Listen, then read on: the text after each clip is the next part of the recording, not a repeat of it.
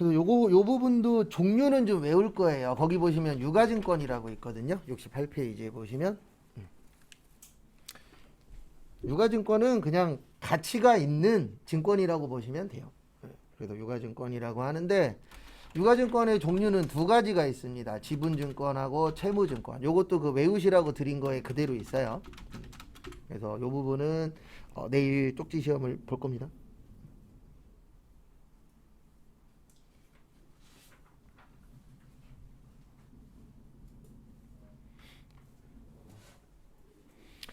그래서 지분증권에는 세 가지가 있어요. 단기매매, 매도 가능, 지분법 적용, 투자주식. 설명은 다 할 겁니다.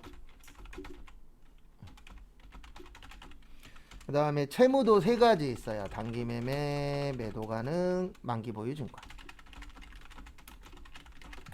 쉽게 나오면 종류 물어봅니다. 어렵게 나오면 말로 쭉 써놓고 얘는 뭘까요? 이렇게 물어봐요. 종류로 나오는 게 솔직히 제일 좋아요. 왜냐면 종류는 외우면 되잖아요.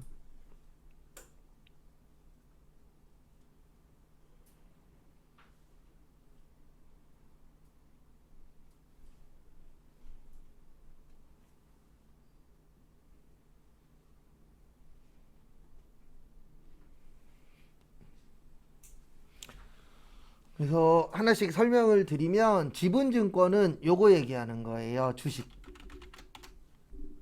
대표적으로. 그래서 우리 뭐 좋은 얘기는 아니지만 드라마 같은 거 보다 보면 아버님이 돌아가시면 자녀들끼리 싸우죠.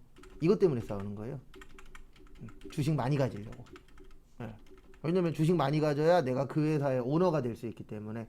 왜냐면 사람이니까 욕심 부릴 수밖에 없잖아요. 그러면 회사 관련돼서 대장이 되려면 뭐를 많이 갖고 있어야 돼요? 주식을 많이 갖고 있어야 돼요. 그래서 우리가 일반적으로 회사 앞에, 회사 이름 앞에 뭐가 붙죠? 주식회사라고 붙잖아요. 그러면 내가 그 회사를 갖고 싶어 그러면은요, 주식을 많이 가지면 돼요. 그래서 최근에 저기 어디였냐? SM 아시죠? SM이 주식 가지고 붙었었잖아요. 카카오톡하고 카카오하고 저기 하이브하고 붙었잖아요. 그 덕에 누구만 돈 벌었어요? 주식 갖고 계신 분들만 돈 벌었어요. 그때 파신 사람이 돈 번 겁니다. 지금 갖고 있는 사람은 돈 못 벌었어요. 최근에 또 떨어져 갖고. 그때 타이밍 맞춰서 판 사람들은 돈 좀 벌었죠. 그럴 줄 알았으면 주식 좀 할 걸 그랬어요. 그렇죠. SM 갖고 있었던 사람들. 왜냐면 그때 주식 가격보다 비싸게 사준다 그랬잖아요. 그래서 그때 파신 분들이 돈 좀 벌었죠. 근데 그 이후로 또 떨어졌어요. 그때 팔 때가 13만 얼마였는데 지금 11만 원대인가? 10만 원대 초반? 10만 원대 후반? 떨어질 수밖에 없죠. 왜냐면 요즘에 연예계가 뭐 전 세계적으로 나간다라고는 하지만 아주 좋은 상황은 아니잖아요. 요즘엔 저분이 짱이죠. 임영웅 씨. 최근에 인기가 대단하다는 걸 느꼈잖아요. 저기 어디였냐? 서울 가갖고 축구 시구했는데 그때 역대 최대였대요. 4만 5천 명? 그게 현재 최고 기록이래요. 그리고 뭐 5분인가 10분 만에 끝났다면서요. 예매도 10분인가 만에 끝났대요. 딱 열리자마자 우르르 들어가갖고 바바박 싸서 10분인가 만에 끝났다 그러더라고요. 근데 중요한 거는 임영웅 씨 노래 들어본 적이 없어서. 저 TV를 안 보니까. 뭐 그런 얘기들 많이 하시는데 TV를 안 보니까. 요즘 뭐 아이돌들 막 나오는데 팀 이름도 모르겠고 당연히 개개인의 이름은 아예 모르고 저는 거의 저기서 끝났거든요. 슈퍼주니어.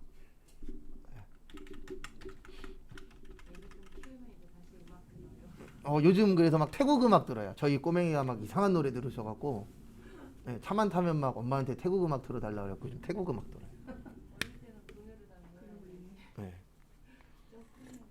유튜브 보시더니 맨날 장모님이 거기 중국 먹방 보여주시거든요. 그럼 중국 먹방에 막 중국 노래 나오고 그래요. 그러면 막 이상한 노래 부르고 계시고 난 살다 처음 듣는 노래인데 어느 나라 노래냐 그러면 중국 노래라 그러면서 중국 노래 부르고 계시더라고요. 그러니까 이게 유튜브든 뭐든 빨리빨리 보니까 좀 그런 부분이 생기더라고요. 그래서 단기매매증권은 몇 년 안에 사고 파는 거예요? 1년 안에. 그리고 매도가능증권은 1년 이후에 사고 파는 거예요. 그리고 지분법 적용 투자 주식은 이 목적으로 갖고 있는 거예요. 지배 목적. 그러니까 일반적으로 이론상이기는 한데 이론상에서는 20% 이상 갖고 있으면은 지분법 적용 투자 주식이라고 해요. 그래서 내가 이 회사를 지배하는 목적으로 주식을 많이 갖고 있는 거죠. 그래서 일반적인 중소기업도요. 회사 가보시면은 주식 누가 제일 많이 갖고 있죠? 예, 사장님이 제일 많이 갖고 있어요. 그 다음에 뭐 사장님 배우자, 사장님 친구, 사장님 자녀, 사장님 친척 이렇게 자기들끼리 갖고 있어요. 왜 그러냐면 이게 반대적인 사람들이 생겨버리면 이 회사를 뺏길 수도 있거든요.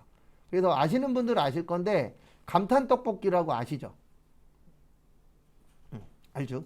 네, 떡볶이 이름 중에 감탄떡볶이라고 있었어요. 네. 그 다음에 저기 뭐였지? 이영자 씨가 광고하는 거 뭐죠? 아니 육식회 치킨 말고 지금은 치킨만 하시는구나. 아 갑자기 또 이름이 기억이 안 나네.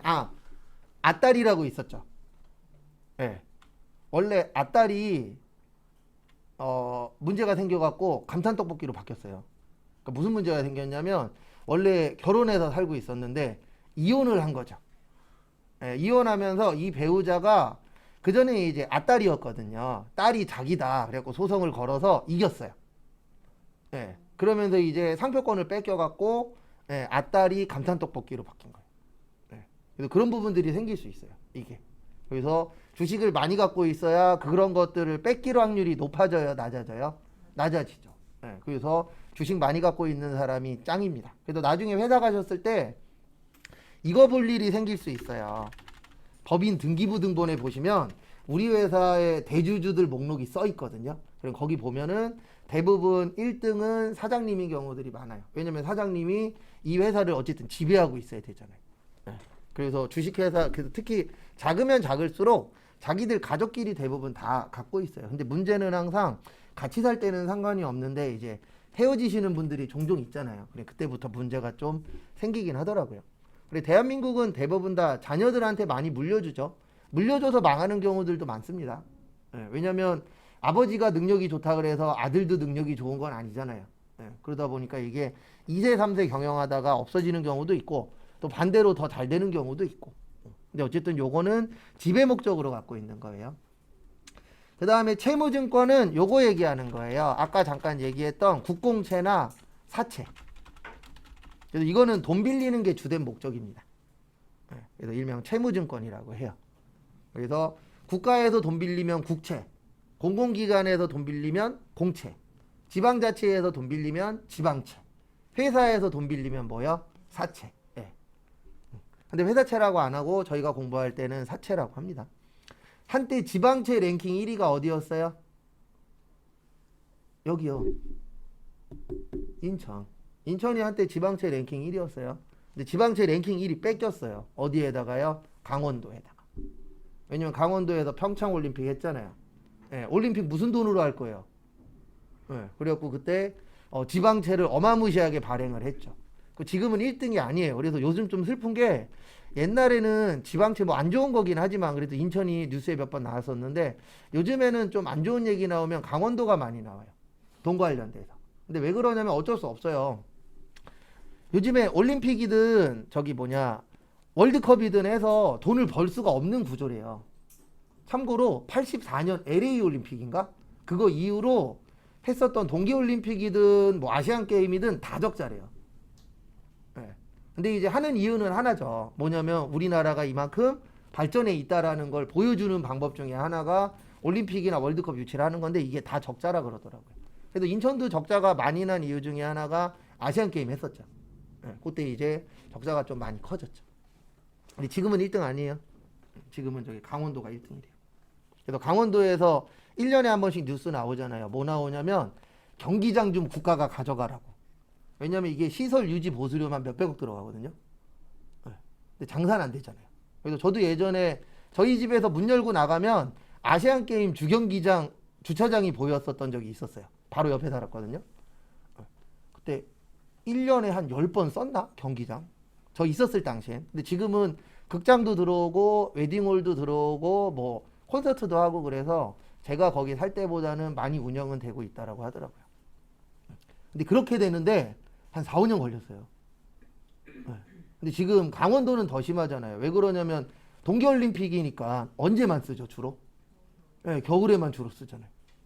예. 그럼 평소에 뭐 콘서트를 한다 그래도 생각을 해보십시오. 강원도에서 콘서트 한다면 갈 거예요? 너무 멀잖아요. 그러니까 이게 되게 어느 지역에서 뭘 하냐도 좀 중요하긴 하죠. 오히려 인천에서 하면 오락률이 있죠. 인천공항도 있고. 예. 그리고 수도권 아니고. 근데 강원도 저도 뭐 가끔씩 놀러 가지만 가기 전부터 항상 그 생각 하거든요. 내 발목이 잘 버텨주시려나? 예. 하도 브레이크 눌렀다, 엑셀 눌렀다 이거를 왔다 갔다 하다 보니까 어느 순간 가보면은 발목 아프더라고요. 근데 어쨌든 요거는 이제 돈 빌리는 거예요. 그래서 1년 동안 보유하면은 단기 매매. 그 다음에 1년 이후 보유하면 뭐예요? 매도 가능. 만기의 뜻이 뭐죠? 우리 만기일이라고 있잖아요. 예, 끝나는 날짜가 뭐예요? 만기일이에요. 그래서 끝까지 갖고 있으면 무슨 증권이 되는 거예요? 만기 보유 증권인데 저희 시험은 요 두 개가 잘 나와요. 만기하고 지분법 적용 투자 주식은 잘 안 됩니다. 예, 왜 그러냐면 저긴 특별히 낼 만한 내용이 많진 않아요. 그래서 시험 문제 10번 나오면 한 8번 정도는 단기 매매 아니면 매도 가능 증권 관련된 내용이라고 봐주시면 되세요. 그 다음에 70페이지 잠깐 볼게요. 네, 거기 위에 교재에서 정리를 좀 해주셨는데 저희 시험에 뭐 이렇게 자세하게는 안 나옵니다. 그래서 거기 70페이지 위에 보시면 채권자라고 있는데 요게 채무증권이라고 보시면 돼요.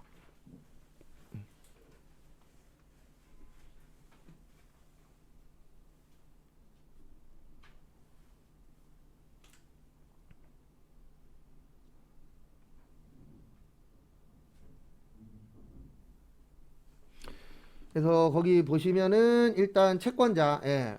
우리가 투자하는 목적은 요 채무증권은 목적은 하나예요. 이자 받으려고. 예. 근데 이거를 이제 투자하는 이유는 뭐냐면 여기에서 주는 이자가 은행 이자율보다 뭐 한 거예요? 높아요. 예. 근데 저처럼 소극적인 사람들은 그냥 은행에 넣어 놓으십시오.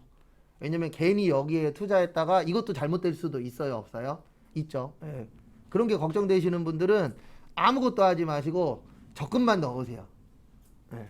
왜냐면 딴 거 하는 순간 잠을 못 잡니다. 제가 약간 그 스타일이에요.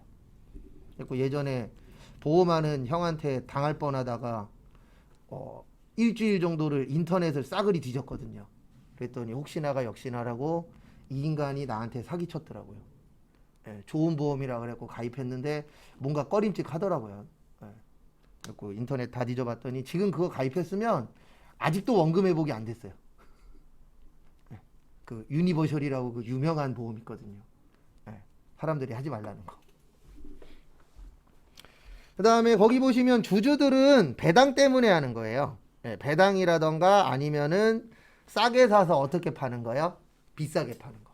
그래서 앞으로 배당이라는 용어가 공부하시다 보면 많이 나오실 거예요.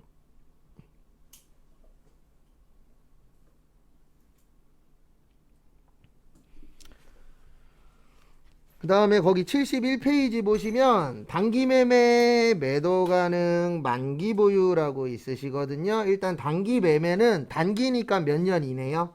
1년 이내. 매매가 살매 팔매죠. 그래서 1년 안에 사고 팔 목적으로 갖고 있는 증권을 뭐라 그래요? 단기 매매 증권.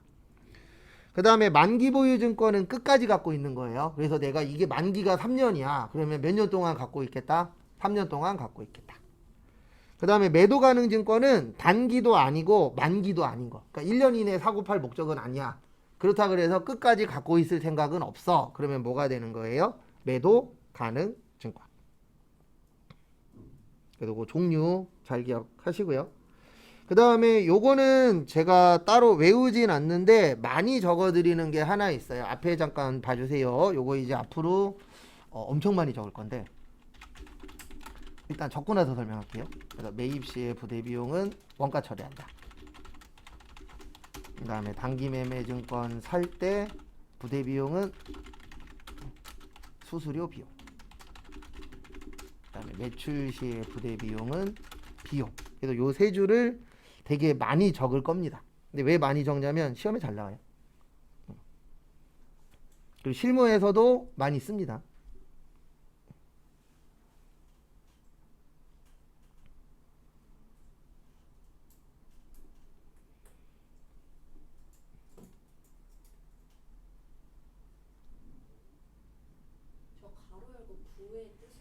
요건 이제 프로그램 할 때 또 설명을 드릴 건데, 제가 앞에다가 5라고 쓰면 제조원가, 그 다음에 앞에다가 8이라고 쓰면 판매비와 관리비. 요건 프로그램 때문에 적어 드리는 거예요. 그 다음에 9라고 쓰면은 영업과 관련 없다. 이렇게 이제 프로그램의 번호로 나누어져 있거든요. 그래서 그거는 이제 프로그램 하면은 금방 이해가 되실 거예요. 왜냐면 어느 쪽으로 들어가느냐도 우리가 잡아줘야 되거든요. 그래서 제가 5라고 쓰면은 제조하고 관련 있는 돈, 8이라고 쓰면은 판매하거나 관리하는 데 들어가는 돈, 9라고 쓰면은 영업과 관련이 없는 돈, 이렇게 되는 거예요. 근데 왜 9인지는 설명을 드릴 거예요.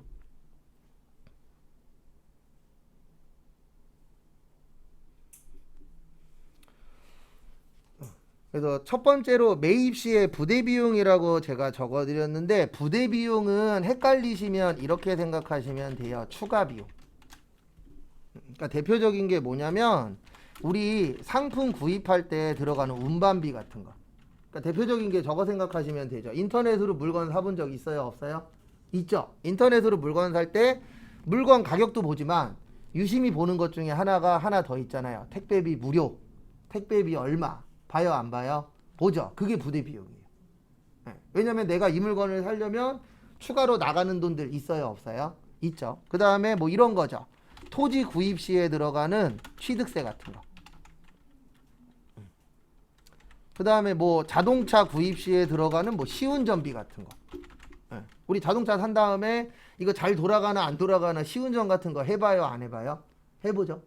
다 돈이잖아요, 움직이는 것들이. 그래서 그런 식으로 이제 추가적으로 들어가는 돈을 부대 비용이라고 하는데, 우리 회계에서는 이 추가적으로 나가는 돈을 어떻게 할 것이냐, 요거 중요하잖아요. 왜냐면 돈 나가면 회계 처리해야 되거든요. 그때 어떻게 처리할 것이냐. 그래서 일반적으로 살 때는 원가 처리하라고 되어 있어요. 그러니까 이게 무슨 뜻이냐면, 내가 만약에 인터넷에서 10,000원짜리 옷을 샀어요.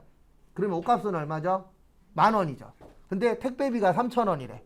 그러면 이 옷은 이제 앞으로 얼마짜리 옷이 되는 거예요? 13,000원짜리 옷이 되는 거예요.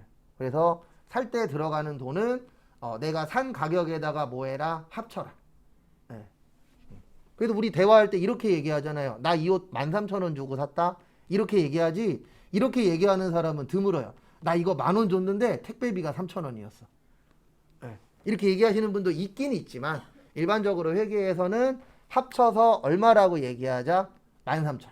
근데 문제는 뭐냐면, 얘만, 단기매매증권만 얘로 처리하래요. 수수료로. 다른 거는 다 합치는 거예요. 다 합치는데 요 단기매매증권만 별도로 처리하자라고 되어 있습니다. 근데 왜 900번대냐면, 우리 회사는 주식하는 회사예요, 물건 파는 회사예요? 물건 파는 회사예요. 그러면 주식은 영업과 관련이 있다, 없다? 없다. 그래서 9가 들어가는 거예요. 왜냐면 우리는 주식하는 회사가 아니잖아요. 물건 사고 파는 회사지. 그 다음에 팔 때도 부대 비용이 나가요. 이게 뭐냐면, 우리 이럴 수도 있잖아요. 만약에 상대방이 우리 물건 많이 사니까 운반비 니네가 낼래? 라고 하는 경우들 있어요, 없어요? 있어요.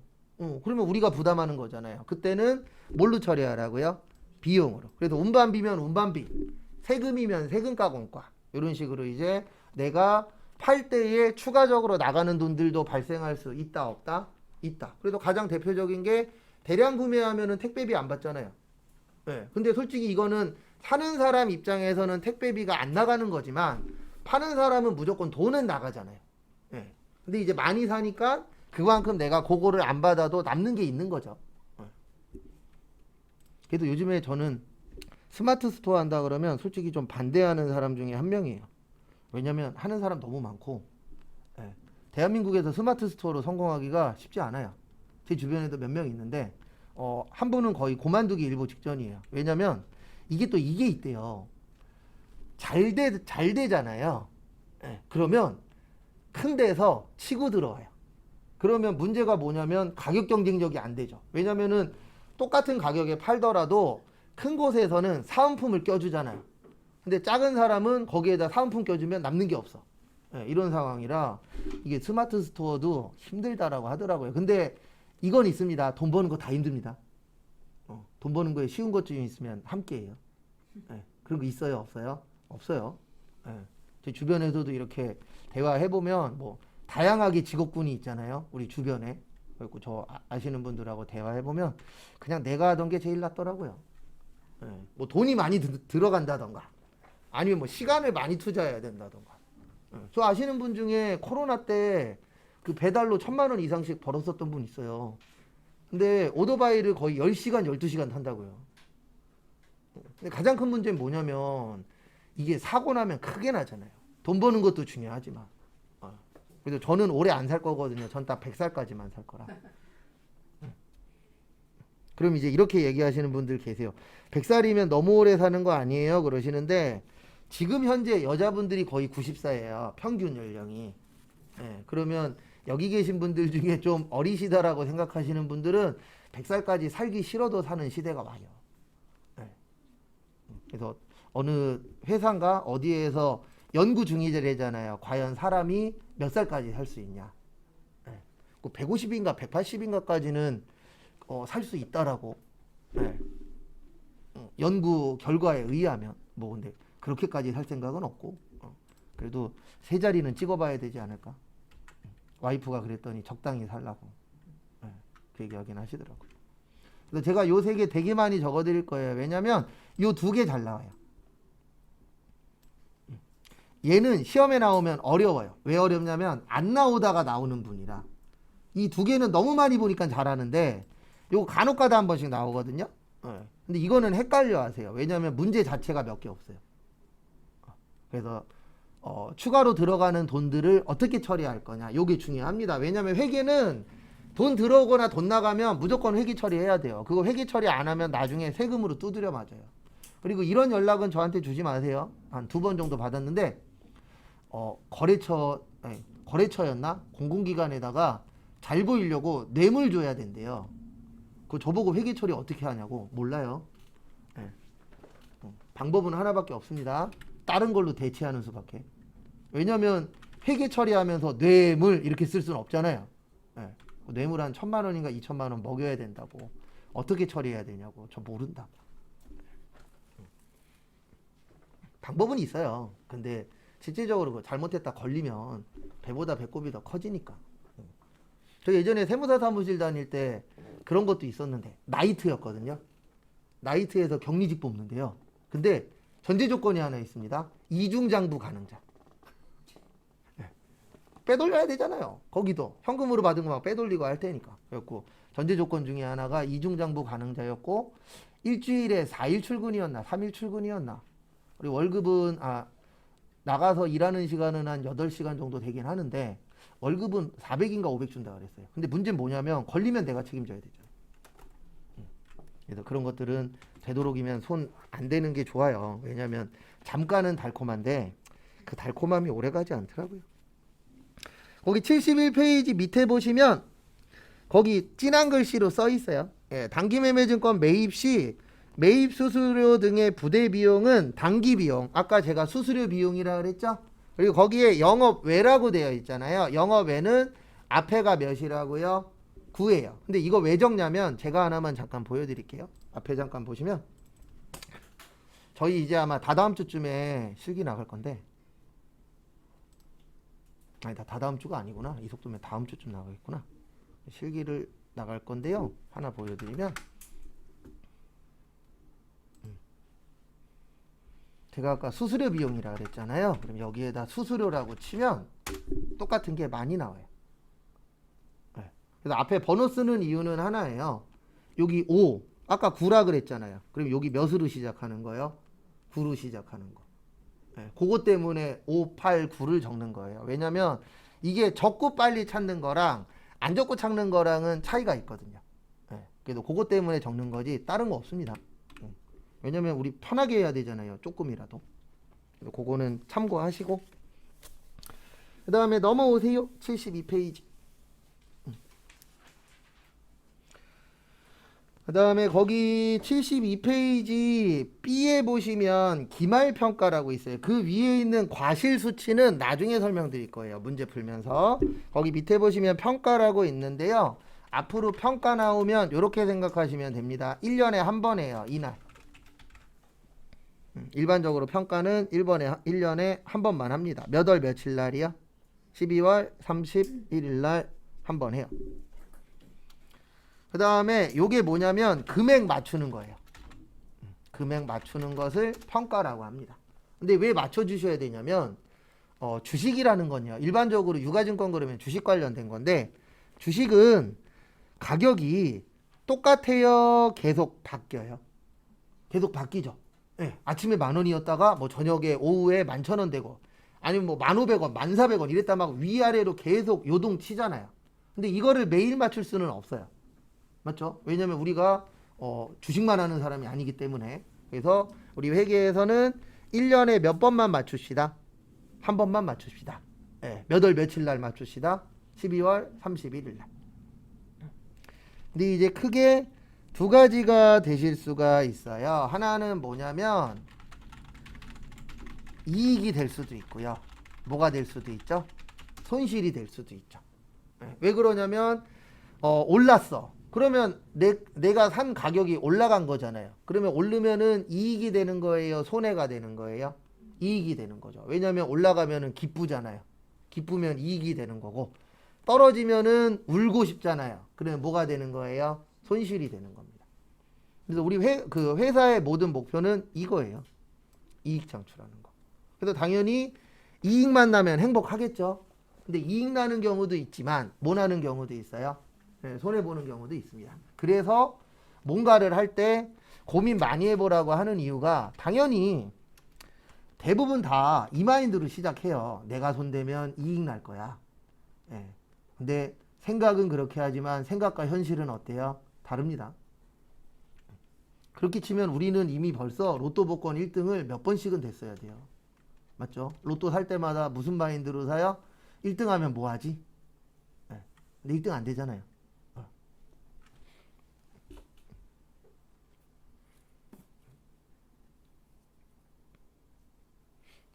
그래도 저도 맨날 매주 금요일마다 사거든요.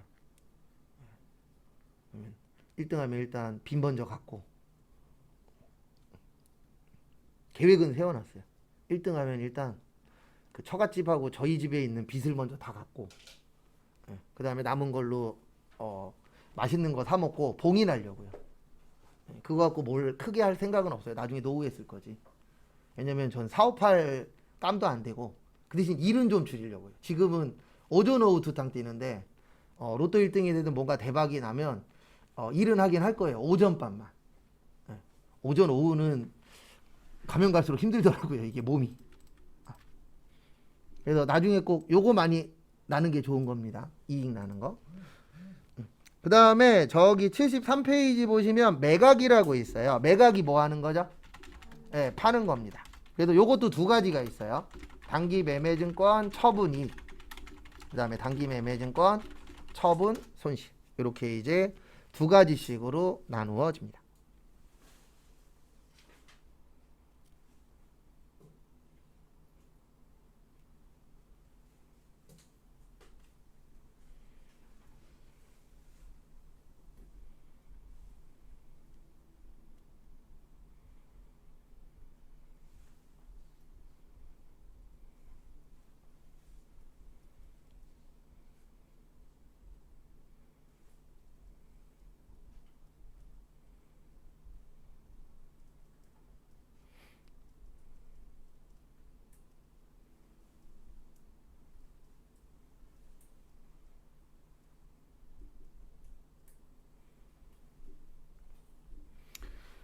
이거 참고하시고 그래서 평가라고 나오면 결산 때 하는 거고요. 처분이라고 나오면 뭐 하는 거예요? 파는 거예요. 그래서 우리 이럴 수 있잖아요. 내가 만약에 10,000원 주고 샀어요. 이거를 12,000원에 처분했어요. 그러면 처분 이익이 얼마가 되는 거예요? 2,000원. 그래서 대부분 이거 목표로 사는 거예요. 주식 살 때 내가 10,000원 주고 샀으면 10,000원보다 비싸게 팔자. 아파트도 똑같잖아요. 집 사갖고 돈 버는 목적이야. 이런 분들은 내가 1억에 샀으면 1억보다 올라갔을 때 그때 이제 팔면 나한테 남는 게 생기는 거죠.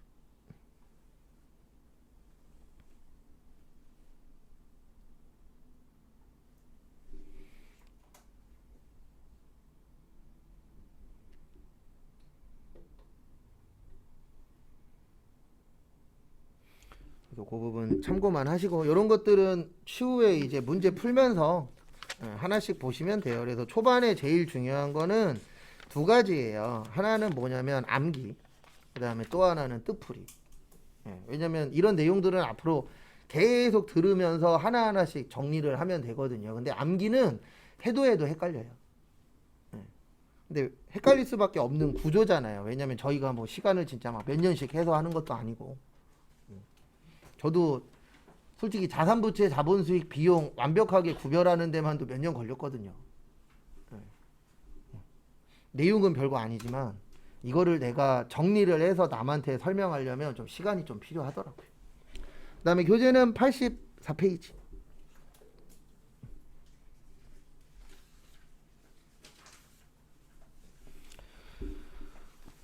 그래서 84페이지 보시면은요, 채권 채무액이라고 있습니다. 그래서 앞으로 공부하실 때 채권 그러면은 자산이에요. 그 다음에 채무 그러면 뭐예요? 부채예요. 그래서 채권은 받을 거, 채무는 줄 거. 그래서 채권 채무와 관련된 회계인데요. 거기 1번 보시면 외상매출금 대 외상매입금이라고 써 있고요. 거기 상거래라고 써 있는데 제가 어저께도 써드렸고 이따가 마지막 시간에 또 쓸 건데, 외상에는 대표적으로 두 가지가 있어요. 외상매출금, 외상매입금. 그 다음에 미수금, 미지급금. 그래서 외상매출금, 외상매입금은 판매와 관련이 있는 건데, 요거를 이론에서는 상거래라고 표현해요. 같은 말이에요. 상거래 그러면 사고 파는 거다, 이렇게 생각을 하시면 됩니다. 그 다음에 미수금, 미지급금은 판매와 관련이 없을 때, 그래서 이론에서는 뭐라 그러냐면 상거래 외라고 나올 때가 있어요. 뭐 상거래 외, 상거래 이외. 그래서 상거래 그러면은 뭐와 관련이 있다? 판매와 관련이 있구나 라고 생각을 해주시면 됩니다.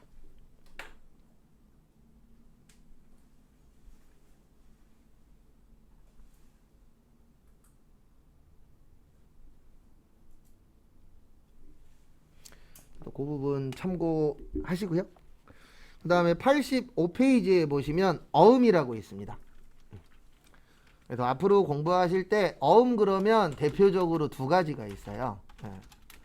약속어음은 저희는 안 써요. 약속어음은 상법에서 쓰는 거고, 회계에서는 받을 어음하고 지급어음이라고 해요. 그래서 받을 어음은 돈 받아야 되니까 채권이에요. 채권은 뭐라고요? 자산. 지급어음은 돈 주기로 약속한 거니까 뭐예요? 채무예요. 채무는 뭐라고요? 부채. 이렇게 기억을 해주시면은 좀 더 편하고, 그리고 나는 자산부채가 헷갈려 그러면 프로그램에서 찾는 방법 다 알려드릴 거예요.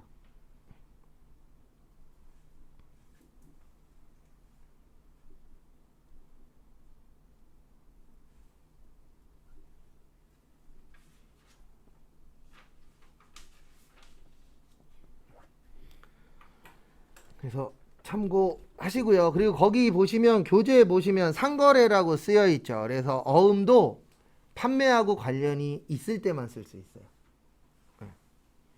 왜냐면 우리가 일반적으로 어음 받거나 어음 주는 이유가 물건 사고 팔 때 많이 주고받잖아요. 그래서 어음도 판매와 관련이 있어야 된다라는 거 꼭 참고하시고,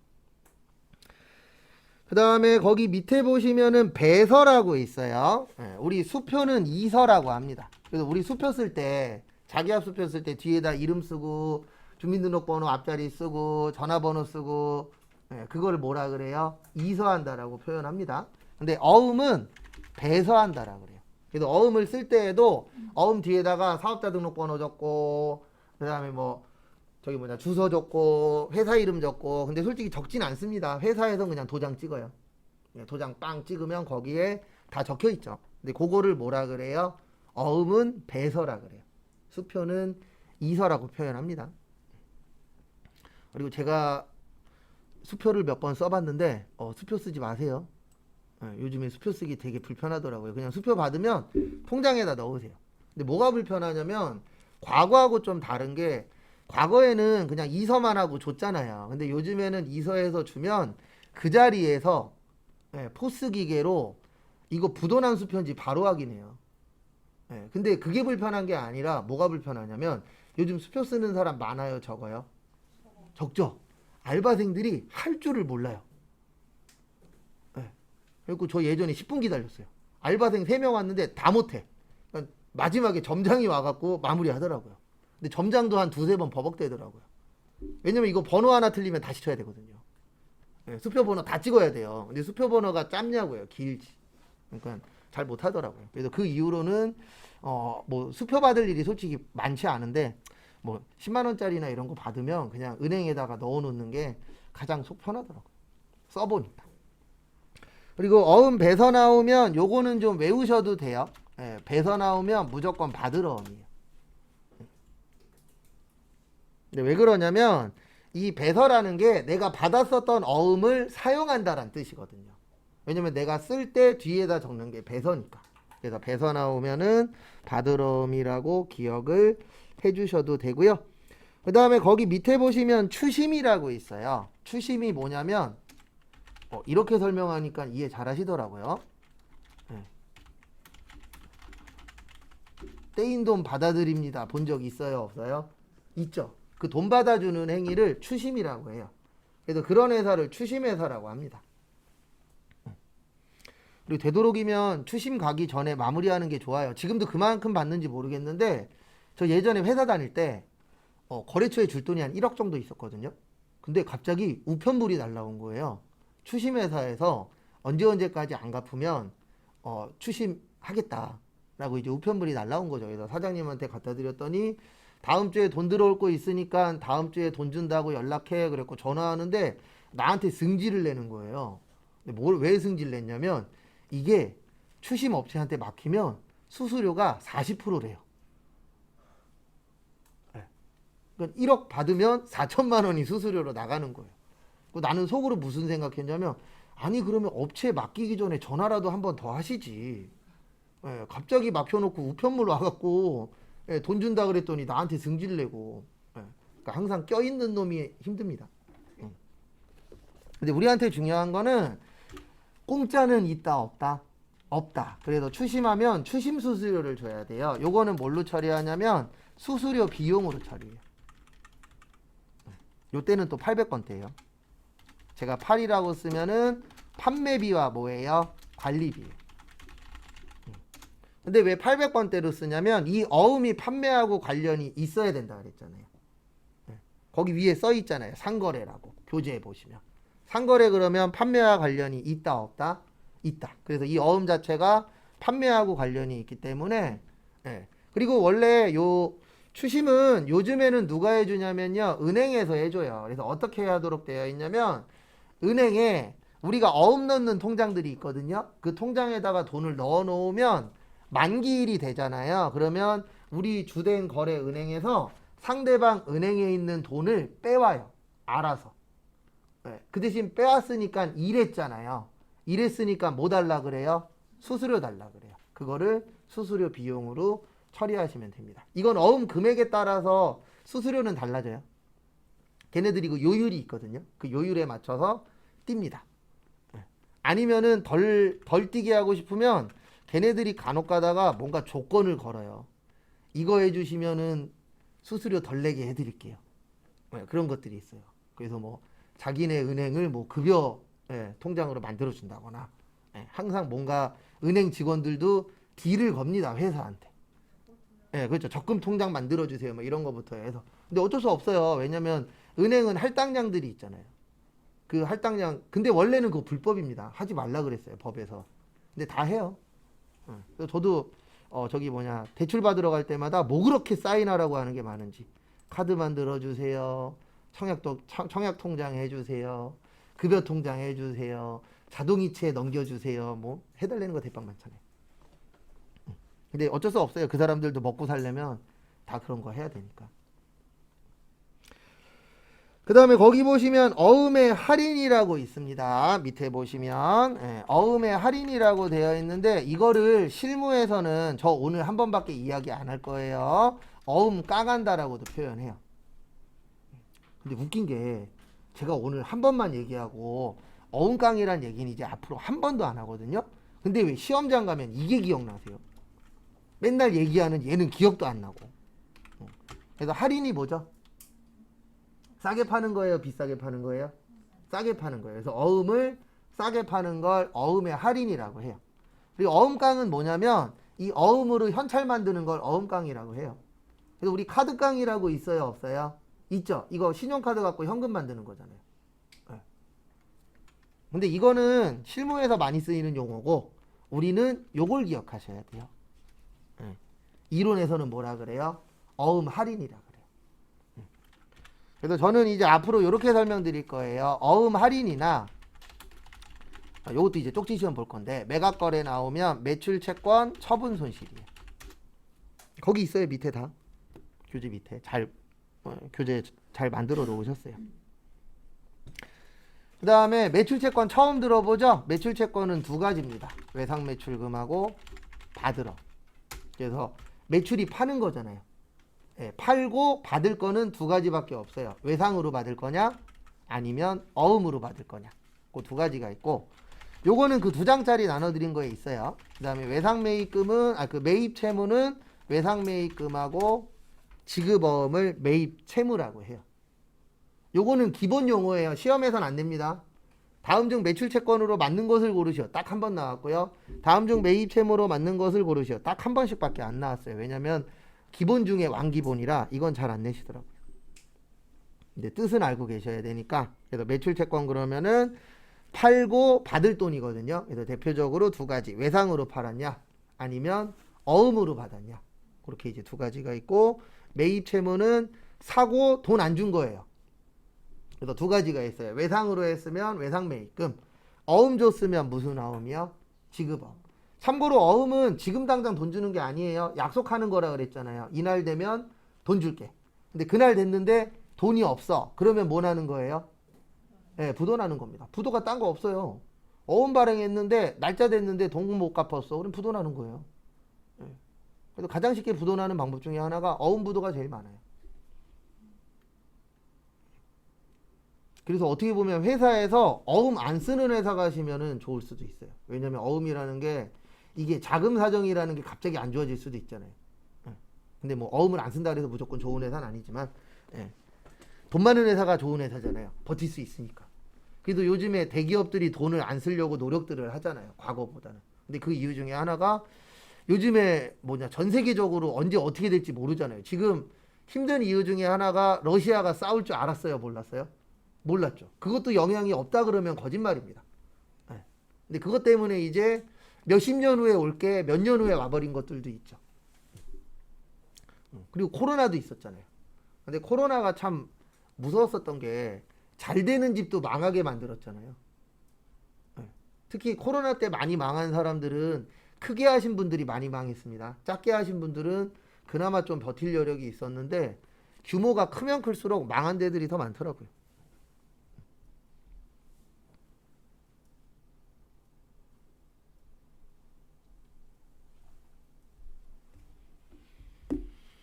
그래서 매출채권 처분 손실인 이유가 뭐냐면 어음의 할인의 뜻이 뭐냐면 싸게 파는 거잖아요. 그러면 우리는 판매자 입장이기 때문에 싸게 팔면 이익이에요, 손해예요? 손해예요. 근데 이건 없어요. 매출채권 처분 이익은 없어요. 왜 그러냐면 이 어음 할인의 뜻이 뭐냐면은요, 싸게 파는 건데 날짜 되기 전에 파는 거예요. 근데 왜 팔 수밖에 없냐면 우리 이런 경우들이 있거든요. 내가 만약에 어음을 받았어요. 근데 이게 5천만 원짜리야. 5천만 원짜리인데 문제가 뭐냐면 뭐 요즘엔 이런 회사들이 많이 적어지고 있긴 하지만 만기가 1년짜리예요. 그럼 5천만 원 받으려면 몇 년을 기다려야 돼요? 1년을 기다려야 돼요. 근데 1년 기다릴 수 있어요? 없죠. 그러니까 갖다 파는 거예요. 근데 대기업 거 받았으면은 은행에서 받아주거든요. 근데 작은 회사들 거는 은행에서 안 받아줘요. 그러면 잘못해서 사채 시장까지 넘어가면 막 수수료가 몇십 프로예요. 그래서 맨날 국가에서 대기업들한테 얘기하잖아요. 너네 되도록이면 짧은 걸로 꺼내줘. 뭐 3개월 이런 것도 되도록이면 하지 말고 한 달짜리 막 이런 거 짧은 걸로 끊어줘. 왜 그러냐면 중소기업들의 가장 큰 문제가 뭐예요? 돈이 많지 않잖아요. 근데 어쨌든 앞으로 모르겠어요. 장사하시는 분들 더 힘들어질 것 같아요. 요즘에 뉴스에 제일 많이 나오는 게 저거잖아요. 맛있게 드시고 도망가신 분들.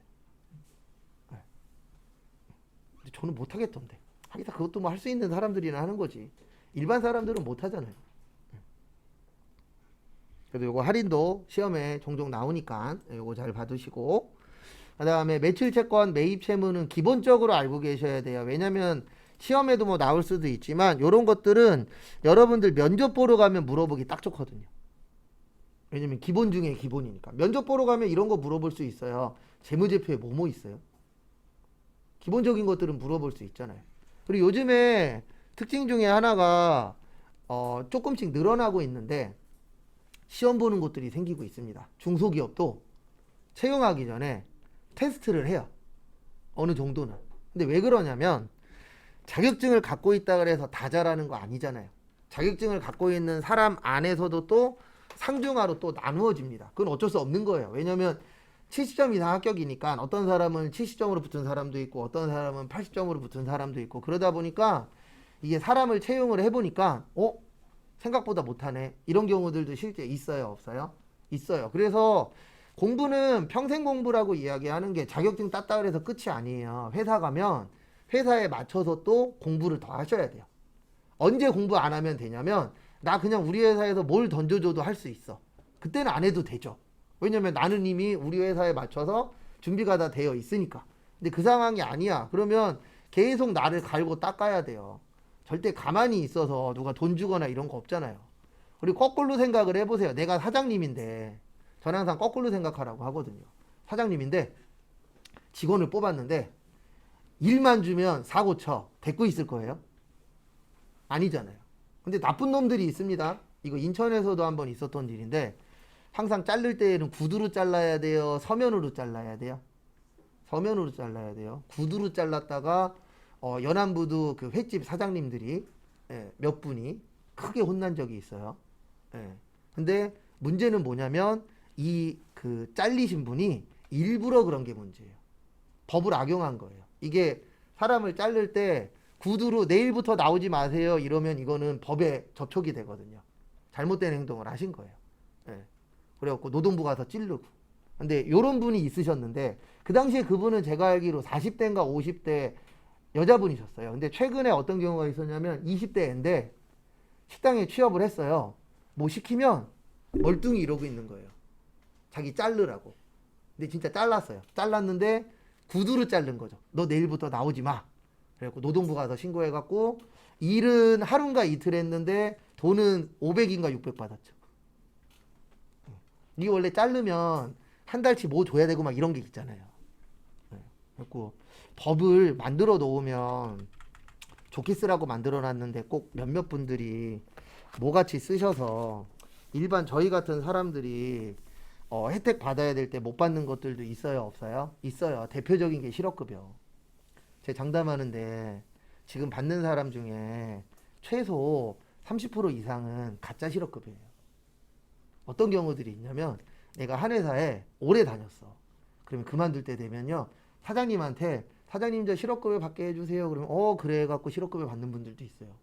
실업급여 받기 겁나 쉽거든요.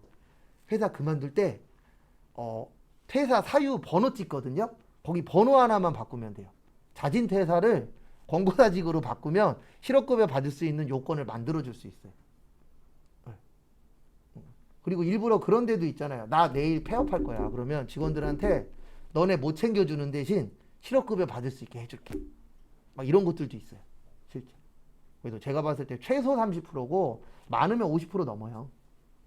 그러면 어떤 문제가 생기냐면 내가 진짜 받아야 되는 상황에 실업급여 받으러 갔는데 돈 없다고 조금만 주겠대. 지금은 많이 주잖아요. 근데 앞으로 줄어들 거라고요. 왜냐면 실업급여 받을 사람은 많고 재원은 없고. 그래서 항상 보면은 법을 악용하는 사람들은 돈 많이 벌고 정직하게 사는 사람들이 피해보는 시대? 약간 그런 느낌이 있어서. 근데 다 그런 건 아닙니다. 그나마 좋은 사람이 더 많으니까 다행이긴 한데 그런 부분들이 약간씩은 있어요. 그래도 요건 좀 잘 알고 계세요. 요거 잘 물어봐요, 시험에. 어음아리은하고 무슨 거래요? 매각거래. 그거 잘 좀 봐두시고, 그 다음에 잠깐 쉬었다가 11시 반에 저기 87페이지부터 보도록 하겠습니다.